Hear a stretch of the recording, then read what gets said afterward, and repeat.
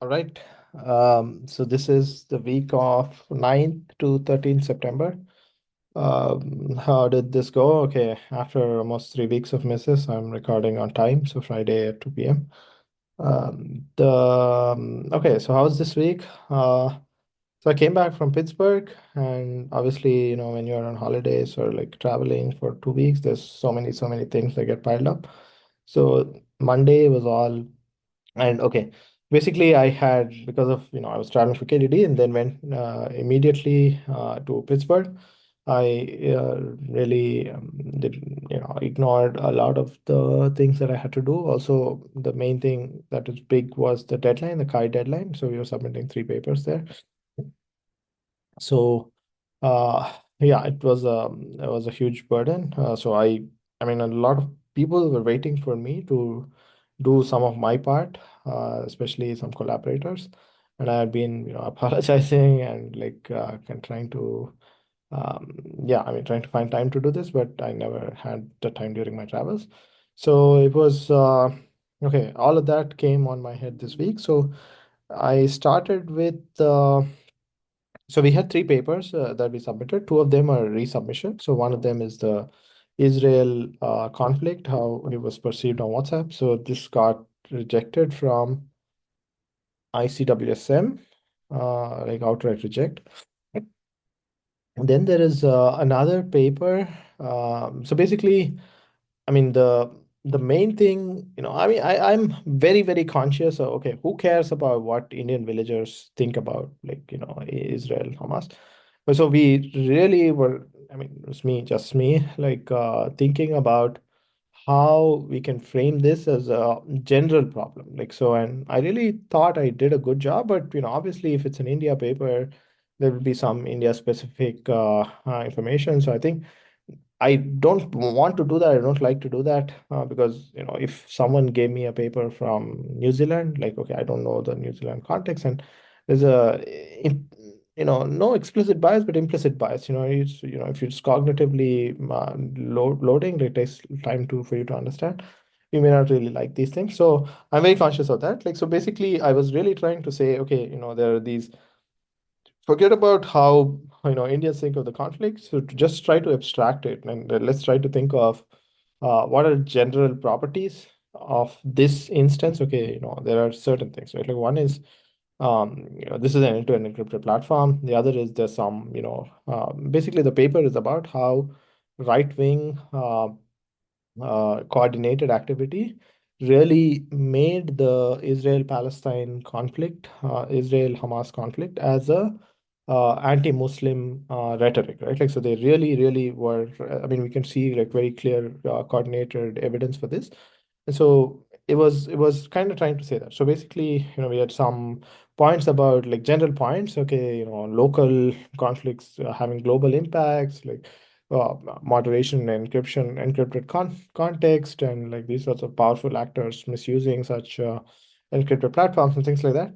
But anyway, so I don't think that resonated with the ICWSM reviewer, so it got rejected. Then, I sent it to a bunch of other venues. So Social Media and Society, New Media and Society, they just rejected it. Like, okay, it was either lack of theory or too descriptive and things like that. Okay, that's fine. So it was mixed method. So I think that was another thing that ICWSM used to have, but now they don't. Anyway, so the yeah, I mean, I finally like sat down and rewrote some of that stuff, like had some information on how it's related to Kai and things like that. So that was the easier paper because I was the only one involved in that, and I did whatever I could. And I just made some basic edits and relevance to Kai and added like took care of some of the suggestions, added some related work. That was missing and all of that stuff. And okay, that was the first paper I submitted. I submitted on maybe Wednesday or so.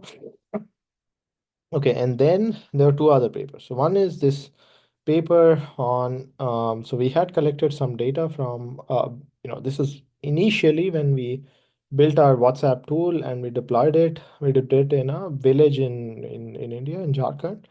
And so it was really, I mean, that was the first look at like such type of WhatsApp data. So I was really, really excited back then that we were able to collect this type of data and we were able to get these sorts of viral insights. And so that was, again, simpler times, I guess, just 1 year ago. I was really excited. I wrote like, okay, this is what we found, and we really found a lot of misinformation in the viral content. Now it seems like that's a normal thing. Like, I mean, it happens all the time because we have like, I don't know, 100 times bigger data and we find similar thing.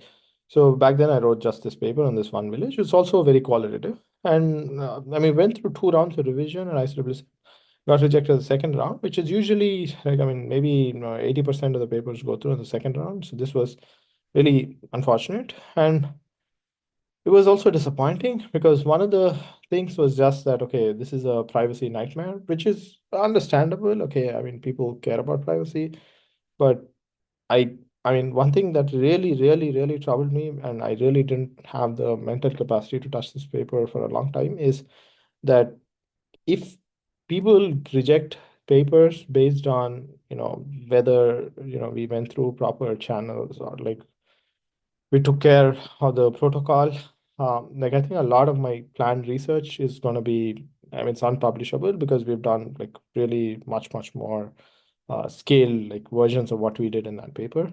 So I really hope that's just a one-off thing. But it was really disappointing, and it was really that sort of moment of reflection on, okay, what is happening, what I invested so much effort into building this, and now if everyone says this is not ethical or whatever, even though like, I mean, there was, I don't know, years of work that went into making sure it's private, it's ethical, it's legal, and all of that stuff.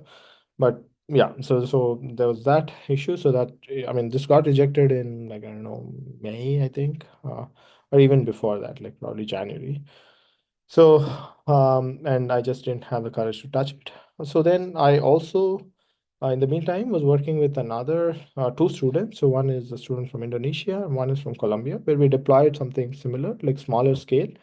Again, like the idea is just, you know, don't care about the sample, care about what we find, like, in these very different contexts that have never been studied. And so unfortunately, the student from both the students, like, I mean, Rutgers really messed up, or he's still messing up, like the payments to these people. Getting them paid was a huge issue. Like it just took so much time. And I mean, luckily, some of these students were willing to do the work and believe that, they'll get eventually paid, which they did. But then the guy in Colombia didn't get paid. Like, I mean, he did some work and then it got delayed like 6 months or so, which is just unbelievable. But yeah, that's the public university. Uh, and so yeah, basically we didn't. So the idea was to put all of these three small scale data collections together, write a mixed methods paper on how, what insights you can get from India, Indonesia, and Colombia, small scale. And unfortunately, yeah, the Colombia thing, we had the data, but we don't have the analysis, so that didn't happen. But we put the India and Indonesia things together. So in Indonesia, it was all university students. So it was really good. Like I think it was really interesting. We found some similarities, some differences. So we improved the paper a lot. We frame this as okay, two contexts, like very different contexts, but we find a lot of similarities in terms of the types of groups they are a part of and the types of content they receive, types of misinformation and all of that stuff. So that was very interesting. And yeah, so that's the second paper. This is with a student from Indonesia. There's a professor from Cornell, Aditya, and a journalist, Bharat Naik, who helped me with the India data collection. So that was the second one, which I just submitted like at, I don't know, 5 a.m. yesterday. So it's, I mean, I haven't slept really well, but I was busy all day with meetings today, so I had to get up. I didn't sleep much. I probably have to sleep now. So yeah, that was the second paper. The third paper is a new paper, which is the second paper was like, major revision. Like we did a lot of revisions, added a lot of new data, added a lot of new analysis, things like that. Third paper is on the use of ChatGPT by students. Again, it's a very interesting paper. Again, everyone knows students are using ChatGPT, but we don't have any evidence of what they're using it for. So basically, what we did is like, again, a small scale qualitative study. We got like 36 students from Rutgers, got all of their data, like exported data donation through, I mean, they exported their ChatGPT history, all of it, and then shared it with us. And we yeah, did a bunch of analysis, and there was very interesting findings. Like so, things like it was mixed methods. So we did some qualitative coding, some automated like bird topic and classification, things like that. And we found that okay, obviously, students are copy pasting assignments, and not so often. I don't know, 10% of the time, there's like clear copy pasting of assignments. But a majority, like 90% of it, is just information seeking and content generation.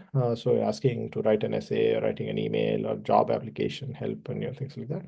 We really have very detailed discussion on like what people use it for and why and things like that.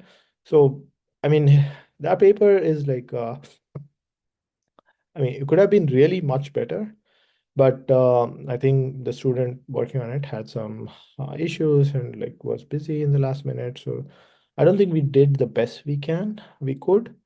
It's, so yeah, I hope the reviewers like it, but yeah, it's a half-hearted submission, I would say. I mean, even the last day we were not really sure. It was with my colleague Radgar Tawfiq and another student, a PhD student in our department. Half-hearted, like we're not sure if we should submit or we will submit, but I really tried to make the push, and let's see. So yeah, these are three papers, and yeah, I haven't slept last night much, which is, I mean, these days I don't usually do that. Like, the good thing or like surprising thing is I never did it, or almost only did it once in my entire PhD, and almost never in my postdoc. But more as a faculty, I've been doing these, like especially with these. I just was telling someone, as a faculty, unless there is a deadline, like I really don't have the mental space and time to sit down and work on any of these. If there's no deadline, there's something always that keeps coming, that keeps pushing things forward. Like, so I mean, deadlines really act as a very good motivator. And I mean, just get things out. Like again, like as my advisor Dean used to say, done is better than perfect. So getting things out, having a copy of them on your website, I think that's very helpful. Like it really is peace of mind, like that this is done. It's not perfect, but it's done. And a lot of these papers are getting rejected, which just maybe that doesn't mean it doesn't indicate that this is a good strategy, but I don't know. I mean, at least that's how things have been going these days. Yeah, so that's what I did this week. Today morning, I just slept at 5 and then woke up at 8. I had a meeting early morning and a lot of meetings since then. I just finished all my meetings and now I probably have to go back to sleep, but my son will be coming back from school soon. And oh, yeah, yeah, things are yeah, getting really crazy. And obviously, yeah, the busy thing about being busy is, there's an ICWSEP revision deadline, 15th, and 15th is a fucking like Sunday. So I never work on weekends. Like I don't want to, I cannot, like also with my son and like my wife, like I spend time with them. But yeah, this is like a situation where I am really sleepy, but I have to do that work on that revision. My PhD student is taking care of most of the stuff, like, but hopefully that uh, will be handled and like we'll do a good job because that paper is like really borderline and really needs like some sort of push. So if I don't do that, like it'll be rejected again, which is like 6 months of wasted effort. So anyway, I don't know if I'll have the mind space to do that soon, but hopefully yes. And yeah, so that was my week. I'm really really tired by the end of this week. Hopefully next week will be a bit better. But yeah, there's dub deadline coming up, and there's again like 3 or 4 papers planned for dub. I mean, I really was thinking that, okay, Kai is in Tokyo and WW is in Sydney. So I was thinking, oh, maybe I should go to both, and like it's going to be a great spring and summer kind of thing. But fucking like really bad coincidence is that Kai and WW are exactly the same day. So 28th May, April to 2nd May is WW, and Kai is just one day here and there. So even if I get, some papers into any of these, like I probably will not be able to go, which is just such a shame. But anyway, yeah, so that's life. But yeah, so I'll keep this get this here, and I'll talk to you next week. Thanks. Bye.